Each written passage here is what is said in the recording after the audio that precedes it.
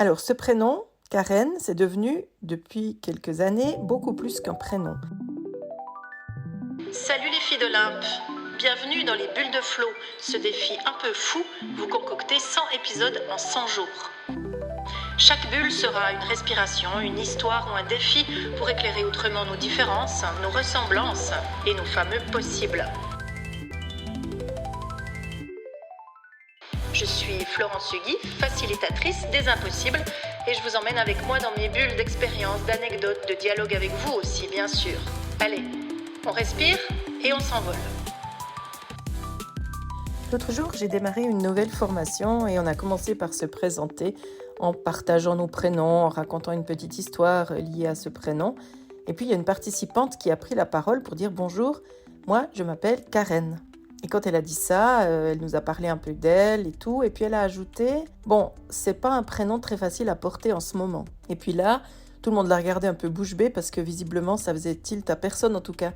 Aucune des personnes qui étaient autour de la table ne semblait connaître ces anecdotes autour de ces fameuses Karen.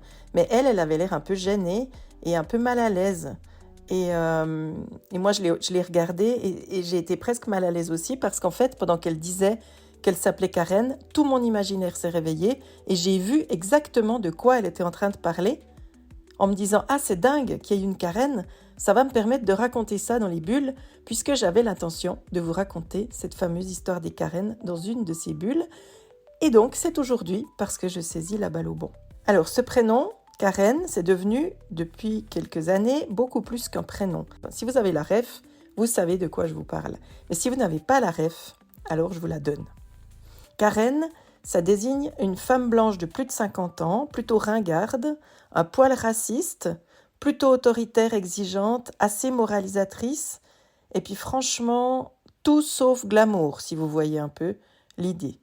On est plutôt de la mère de famille un peu aigrie, qui prend la parole et qui la ramène chaque fois qu'elle en a l'occasion, plutôt pour dire des choses pas très intéressantes et pas très importantes. C'est un peu une mégère, Karen. Elle est un peu rêche, elle râle sur tout. Elle râle sur le poisson pas cuit au restaurant, elle râle sur sa place de parc qui disparaît parce qu'on a créé à la place une place pour handicapés. Et elle râle pour plein de trucs qui concernent son propre nombril, parce que Karen, elle est très autocentrée. C'est plutôt elle qui est au centre et les autres qui doivent s'adapter. Et quand ça se passe pas comme ça, eh ben, ça se passe pas très bien. C'est le symbole même de l'anti-héroïne qui a rien pour elle et qui a peut-être effectivement tout plutôt contre elle. Tout ça, ça vient de plusieurs sources. On ne sait pas très bien d'où vient la source exacte, mais on peut dire qu'il y a eu un événement, un fait divers pas du tout important qui s'est déroulé en 2020 et qui a un peu mis le feu aux poudres. C'est l'affaire Amy Cooper. Je ne sais pas si ça vous rappelle quelque chose. On est en plein Black Lives Matter. Vous vous souvenez de George Floyd, c'est cet Américain noir qui a été étouffé en direct sous les caméras par la chaussure d'un policier qui était posée sur sa gorge. Et donc ça avait déclenché énormément de manifestations aux États-Unis pour défendre la communauté noire et notamment pour parler de ce racisme qui était systémique et qui posait énormément de problèmes dans toute la société. Et pendant cette période-là, eh bien, Amy Cooper, un soir, sort de chez elle à New York pour aller promener son chien. Elle est filmée à Central Park en train d'appeler la police parce qu'elle pense qu'elle va être attaquée par un homme noir, ce qui ne sera pas le cas. Et Amy Cooper, avec cette histoire-là, c'est une Karen. Et c'est comme ça que le terme va lui être accolé. Mais cette Karen-là, elle était déjà apparue dans quelques films de la pop culture et elle est devenue le symbole de ce genre de femme un peu raciste, un peu ringarde, un peu aigre, un peu revêche, qui appelle la police dès qu'il se passe le moindre truc. Cette figure de la Karen, c'est aussi devenu le symbole des abus du privilège blanc. Et aux États-Unis, c'est quelque chose de très fort, qui a déboulé ensuite sur les réseaux sociaux, puis qui est devenu un espèce de phénomène qui a complètement dérivé. Il faut dire aussi que les Karen, elles sont même décrites physiquement. On part de l'idée que les Karen, elles ont toutes un peu la même coupe de cheveux. Vous savez, c'est cette coupe de cheveux plutôt courte, avec des mèches et avec un truc assez travaillé qu'on trouve beaucoup dans les régions rurales. En tout cas, dans un espèce de préjugé global qui est très très loin probablement de plein de réalités. Donc je vous disais que ce mot avait dérivé parce qu'aujourd'hui, il sert à désigner à peu près tout et n'importe quoi qui pourrait ressembler de près ou de loin à cette fameuse figure de la Karen. C'est une femme qui se plaint, une mère qui râle, une cliente qui fait un esclandre dans un magasin parce que le service n'est pas comme elle le voulait, Dès qu'une femme prend un peu trop de place, dès qu'elle s'exprime et qu'elle n'est pas glamour, on part de l'idée que c'est une Karen. Les vraies Karen, celles qui portent ce prénom, c'est des femmes qui sont souvent nées dans les années 60. Et les années 60, c'est la génération baby-boom, c'est-à-dire la génération qui est très stigmatisée aujourd'hui par les nouvelles générations et qui est complètement considérée comme ringarde, dépassée.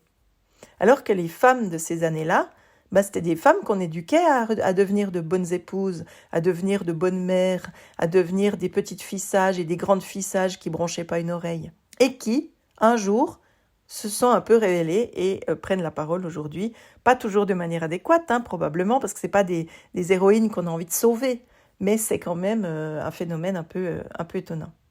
Tout ça, ça fait le lit de ce qu'on appelle l'agisme. L'agisme, c'est le fait de discriminer une personne à cause de son âge. Et dans ce cas-là, ça se mêle au sexisme. Je n'ai pas besoin de vous expliquer ce qui est discriminant dans le sexisme. Et tout ça, ensemble, ça participe d'une manière ou d'une autre à ce qu'on fait nous aussi. Moi aussi, vous aussi.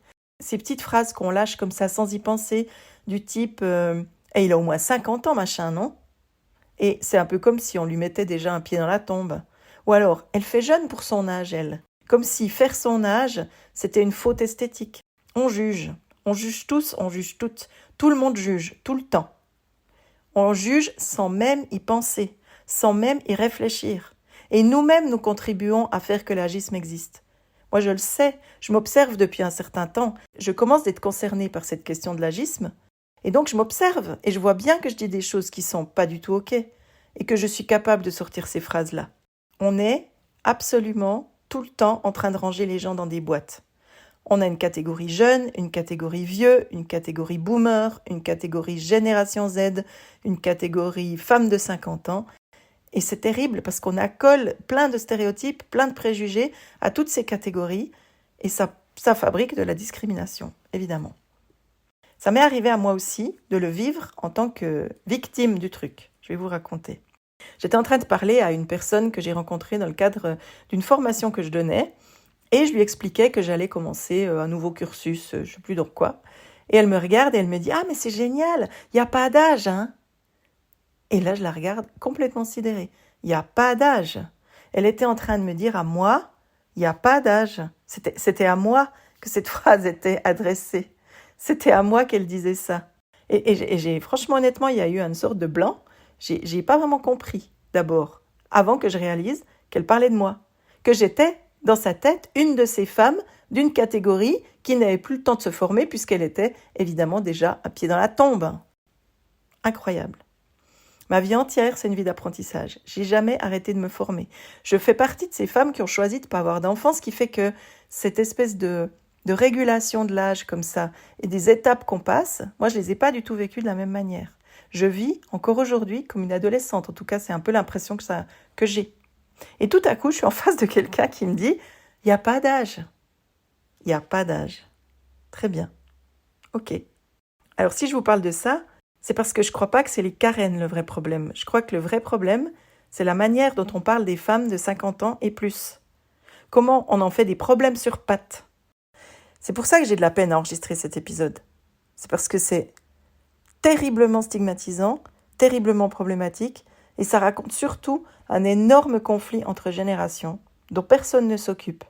Et donc, voilà, on développe plein de discours sur les Karen, on développe plein de discours sur ces femmes qui ne seraient pas adéquates, on développe pas du tout les mêmes discours sur les mecs. Si, les cisgenres de plus de 50 ans, on en parle, mais on les catégorise pas tout à fait de la même façon.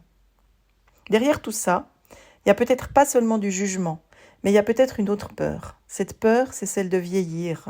Cette peur, c'est celle de plus être tout à fait conforme avec une société qui nous dit comment nous devrions être et comment nous ne devrions pas être. Alors que la seule chose dont nous avons besoin, c'est d'être nous-mêmes, n'est-ce pas ? C'est avec ça que je vais vous laisser pour aujourd'hui.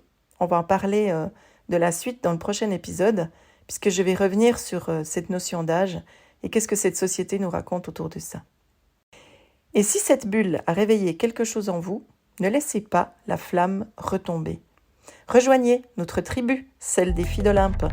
Chaque dimanche, ma lettre vous attend pour penser plus clair, pour agir peut-être plus librement ou pour rallumer le feu, ensemble, si vous le souhaitez. Je suis Florence Hugui, facilitatrice des impossibles et je vous le rappelle, on ne n'est pas libre, on le devient à coups de mots, à coups d'actes et peut-être à coups d'audace. Alors à bientôt et merci de m'avoir écouté jusqu'au bout.